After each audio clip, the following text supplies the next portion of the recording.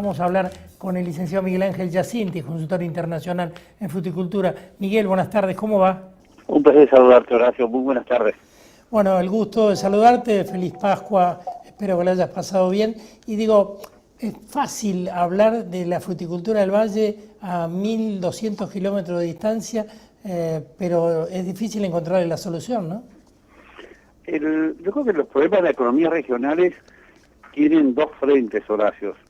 El primero es estructural, digamos, y hace más de una década que básicamente tienen problemas de rendimiento, bajo nivel de incorporación de tecnología.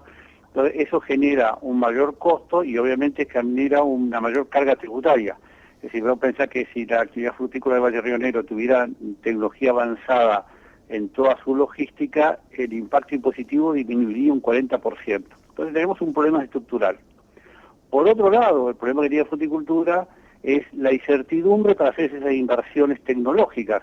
Esto es que te dan los reintegros, que te sacan reintegro, que te ponen retenciones, que no sabes, que después el reintegro de los impuestos. Es decir, no hay una política clara y por esa razón esas inversiones no aparecen, además de las dificultades obvias que tiene el acceso al financiamiento. Entonces, en esto es el debate, digamos, de los problemas estructurales de manzana y pera, pero yo creo que es de muchas economías regionales. Sí, por eso los países que han solucionado sus problemas en vías de tener más oferta internacional de alimentos, el caso de Perú es uno muy cercano, han establecido una ley que ha establecido un marco regulatorio de todos los temas impositivos por 20 años, y entonces ahí esa estabilidad permite un horizonte distinto de la toma de decisiones, pero evidentemente con esa inestabilidad de visiones políticas y de toma de decisiones, si hoy va impuestos, van no impuestos, si aumentan, si bajan, entonces no hay inversiones. Y con eso lo que implica es más costo para el consumidor, menos valor de reintegro para el que produce, digamos, y un deterioro permanente en términos de cadena de valor. Ahora, Miguel, obviamente esta crisis está atravesando tangencialmente a toda la cadena. Sí, totalmente. Inclusive, debo reconocerte que yo no le di la prioridad en su momento que tiene esta cuestión de una ley marco para toda la fruta y horticultura argentina para asegurar desde ese punto de vista la incorporación de tecnología, que creo que es clave. O sea, estamos discutiendo que hay un problema tecnológico, sí, pero para incorporar tecnología necesita cierta estabilidad en el manejo. Entonces yo creo que la ausencia de una política nacional, llámese ley de promoción de los alimentos en Argentina en términos de condiciones de carácter sobre todo impositivo, haría más fácil la discusión de cómo salir de este problema endémico que es estructural y que requiere inversiones. Y te voy a reiterar, Horacio, a veces hay supermercados que obviamente tienen fruta de segunda calidad y no de primera calidad. El productor se acostumbra a hacer segunda calidad. Esa segunda calidad después no sirve para exportar. Entonces, cuando caen los precios del mercado interno, no está en condiciones de poder exportar. Todo eso es inestabilidad. Muy distinto cuando uno se orienta para exportar y lo marginal, lo que no puede exportar por distintas razones, por saturación de mercado, va al mercado interno. Entonces, el mercado interno recibe un mejor producto y a precios más competitivos, inclusive en términos de relación precio-calidad. Ahora, con una crisis, Miguel, realmente tan profunda que hoy ya las generaciones jóvenes no acompañan a los padres, no siguen en los emprendimientos, hoy hay lotes y chacras arrendadas a explotaciones hidrocarburíferas, o sea, como que pareciera que la crisis se va agravando a tal punto que después va a ser muy difícil remontar. El tema de, sí, la cuestión de la renovación generacional, pero debo decirte, Horacio, que cuando los sectores frutícolas son rentables y tienen estabilidad, la rapidez con que regresa esa gente a trabajar es una dinámica muy fuerte. Es decir, lo que los aleja es la falta de rentabilidad y lo que lo puede atraer es un escenario de rentabilidad y asegurar un horizonte más estable en materia de trabajo. Eso es un factor clave que se ha visto en otros países. Es decir, por eso es importante tal vez eso que yo no valoraba de esa manera, ¿no?, en su momento, o sea, una ley marco, que hoy sí creo que es la llave, pero es el principio de esa puerta que se abre para incorporar tecnología, que obviamente se reducen los costos de una manera muy, muy importante, para siempre pensar gráficamente. Una persona en el valle procesa o clasifica fruta dentro de una caja 800 kilos por día. La tecnología moderna está en 2.000 a 3.000 kilos por día por persona. Entonces, los costos, por eso es el gran problema de los costos en términos de competir internacionalmente. Puedo citar uno, ¿no? Digamos, esa es la gran brecha que hay tecnológica, producto de muchos años donde por distintas razones no se invertía y el deterioro llegó a un punto hoy, que hoy cuando vos analizás cuántos recursos se necesita, obviamente, digamos, ningún gobierno de turno quiere decir voy a poner ese dinero porque tiene otras prioridades, llámese obra pública, el tema del aumento de los costos o de los gastos públicos en materia de empleos y obviamente obras de más de corto plazo. Una inversión en huertas y hortalizas va a llevar un plazo más de mediano plazo para cristalizarlo. Entonces, esa pelea del show mediático de la política del corto plazo versus estas inversiones que son estructurales y de mediano plazo, la relegan, ¿no? Pero básicamente yo creo que ahí está el dilema de cómo encarar el tema, que no se ha encarado como entiendo que debería ser, que doble responsabilidad. El sistema político de turno dando estabilidad en términos de andamiaje legislativo y el sector privado haciendo las inversiones. Ahora, digo, países que antes nos miraban para arriba, hoy nosotros los miramos a ellos. Digo, si lo pudieron hacer, si no es encontrar el agujero de ozono, si no es encontrar el Big Bang, digo, ir a Marte, ¿por qué no lo podemos hacer? Una cosa me cuesta creer. A ver, básicamente estamos hablando de un gran problema que se llama visión estratégica. Digamos, no necesariamente todos tienen por estrategia el mismo objetivo y ven en el mismo cuadro, en la misma figura o el mismo punto dentro del mismo cuadro. Entonces, desde el punto de vista político se ve más el corto que el mediano. ¿Qué implica ver el corto y no el mediano? Por ejemplo, las cuestiones de aranceles de importación para poder exportar. Sí, Argentina está exportando en algunos mercados,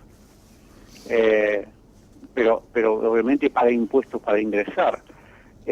Por otro lado, los aranceles de importación, pero por otro lado, toda la cuestión de logística internacional. Digamos, también otro fenómeno que afecta cuando vos estás lejos de los mercados y tenés que poder comercializar tus productos. Eso implica variedades, por ejemplo, el gran fenómeno de la cereza mundial. Hay que pensar que Chile manda el 85% manda sus cerezas por barco, tiene que ir con variedades que permite transportarla por barco, mientras que Argentina el 90%, o Australia o Sudáfrica, el 90% de sus cerezas, o decirte hasta el 95%, la envían por avión. El costo de logística de transporte es sideral en avión comparado con barcos. Sí. Eso implica inversiones previas que hacen que después, en determinado momento, la posición que tengas en el mercado te da el manejo del mercado. Entonces, para poder hacer todo eso, digamos, es clave estas situaciones de los impuestos, las cuestiones de reglas de juego. De nada vale hoy decir hay crédito para invertir si no están las reglas de juego garantizadas, como hizo Perú, gran polo de inversiones y desarrollo de frutas, pero tiene que ver con una estabilidad en tema de decir, bueno, estas son sus reglas de juego, usted va a jugar con estas reglas y eso va a implicar su desarrollo. ¿Qué implica socialmente ese desarrollo? Más empleo. Más empleo, más actividad económica, hasta más impuestos, no menos impuestos. No, está bien, pero digo, a nosotros nos pasa que tenemos gobiernos de distintos signos políticos, uno en las antípodas del otro, y resulta que a los sectores productivos le va tan mal con uno que con el otro. Bueno, porque a veces inclusive hay hasta falsos paradigmas, ¿no? O sea, pensar que si la soja es un buen negocio, piensa que todo lo que es agropecuario y productivo tiene la misma rentabilidad. En eso, lamentablemente, se ha caído en ese falso paradigma en muchas economías regionales. Sí. Digamos, y se las trata todas por igual. Hay que pensar, por ejemplo, que una soja que se invierte $500 por hectárea de capital de trabajo, para una hectárea de manzana y pera se necesita $25.000 de capital de trabajo. De $25.000 a $500, imaginemos la inversión de capital de trabajo anual que hay que invertir. Y ese recurso no está y es carísimo para hacerlo.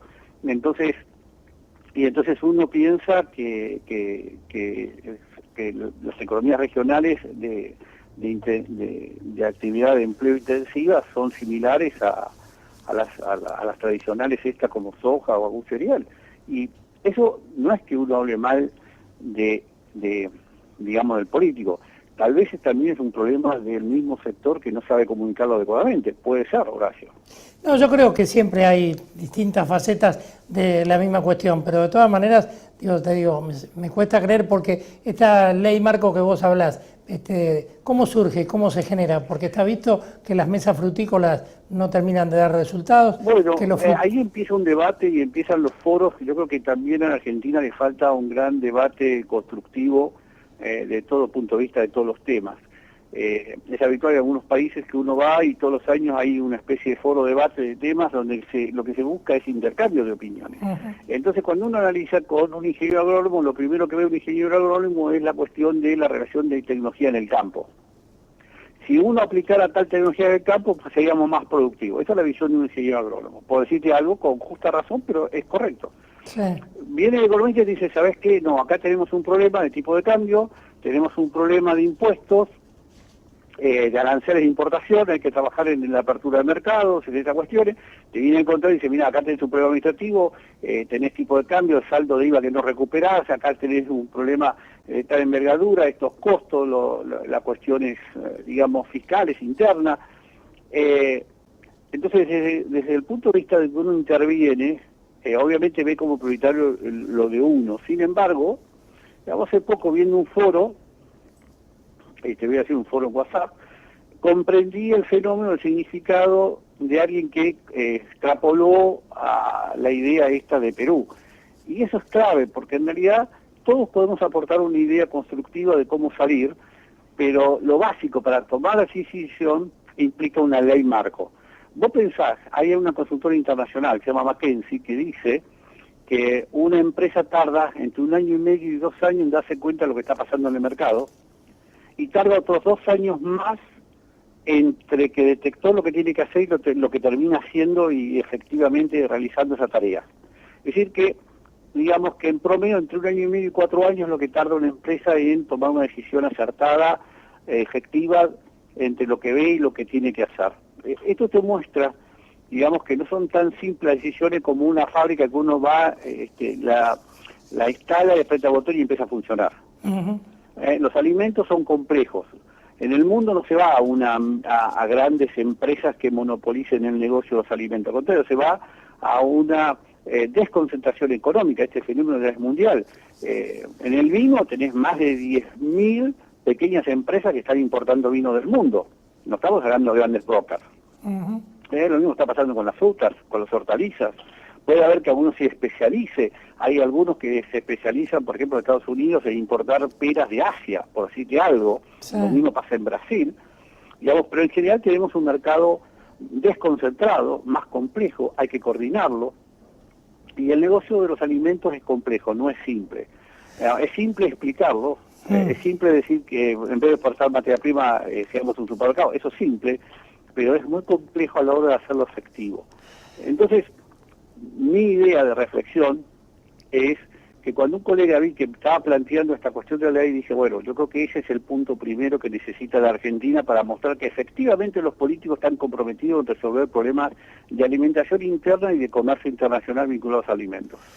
Miguel, un gran abrazo, el gusto como siempre de compartir tus ideas y tu forma de ver las cosas y ojalá se empiece a encontrar la salida porque los sectores productivos y comerciales en la Argentina de economías regionales están muy complicados. Te mando un gran abrazo. Gracias, un placer saludarte. Licenciado Miguel Ángel Giacinti, consultor internacional, planteando esta cuestión, ¿no? Lo que le está pasando a la Argentina, que evidentemente necesita un cambio de mentalidad, necesita una conducción desde el Estado conjuntamente con el sector privado y acordar fundamentalmente política de largo plazo. No hay ningún desarrollo en la Argentina que pueda avanzar si no miramos metas que estén más allá de nuestra vista. Pausa.